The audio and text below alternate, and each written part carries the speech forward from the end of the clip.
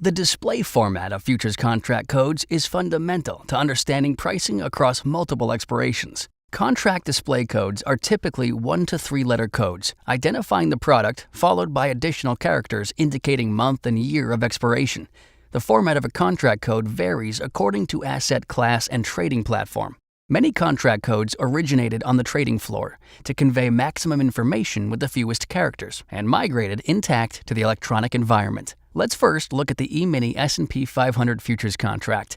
The CME Globex contract code for this product is ES, which is also the product-specific code used on CME Clearport. Now let's look at the Euro-Dollar futures contract. On CME Globex, this contract is identified by the code GE. On CME Clearport, this product is identified by the code ED. It is very important to be aware the contract codes can vary across venues. For contract expiration, additional characters to the right of the contract code indicate month and year.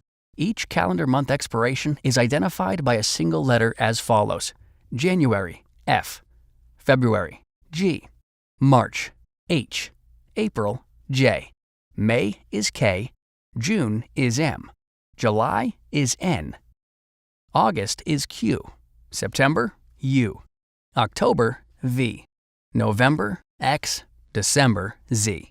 Available contract expiration months may vary by product, but the letter following the contract code always indicates expiration month. Expiration year is indicated following the month as a numeric value. Let's construct the display code for the E-mini S&P 500 futures contract expiring January 2019. The first determining factor is the trading platform. In this example, assume CME Globex. For CME Globex, the E-mini S&P contract code is ES. Following ES, we add the expiration month, which for January is the letter F. Finally, we add a 9 for 2019.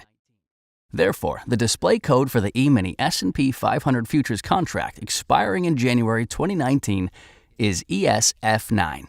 These general rules apply to the format of futures contract codes, but it is important to be aware that codes and available expirations can vary across platforms.